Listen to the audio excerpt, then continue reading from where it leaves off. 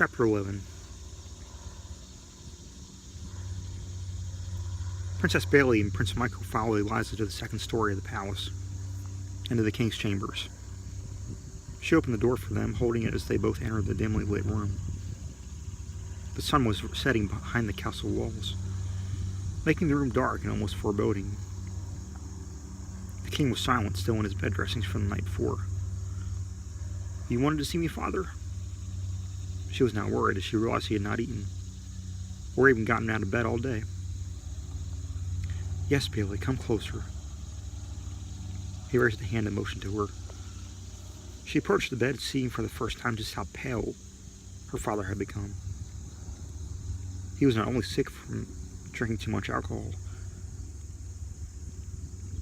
There had to be an underlying cause for this.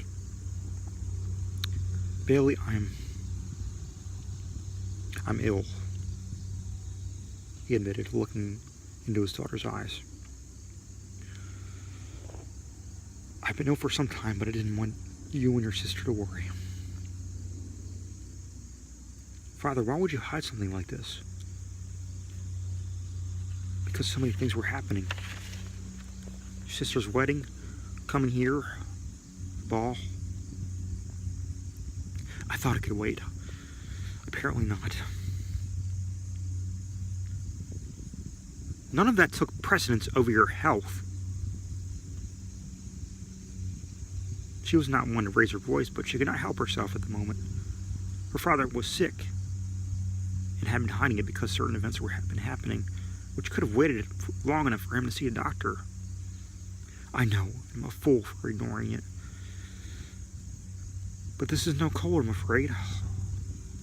We need to return to our realm, Bailey." "But what about our wedding?"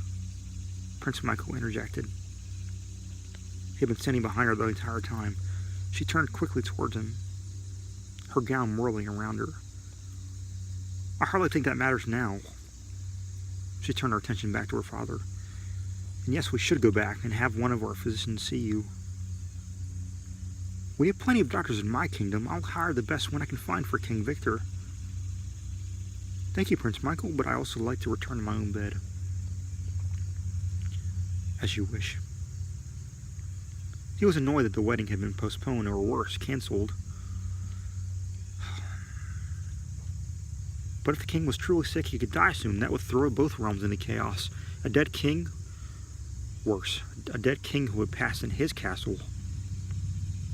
There would be rumors of murders. Perhaps even more. Perhaps it was best that the old king return to his old realm in his own bed. "I'll have the servants begin packing your things." He frowned, leaving the two alone. She nodded and turned to face the king. "When were you planning on telling me, father?" She was furious that he had waited so long. "After the wedding, when you would return from your honeymoon. I thought I would have beaten it by then, but I've only gotten worse."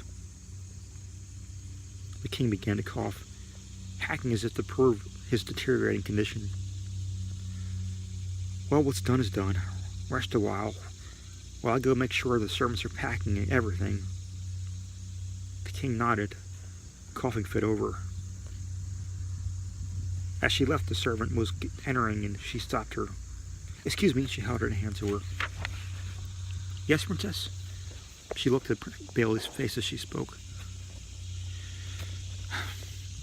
"My father's very ill. Please make sure he has no more to drink.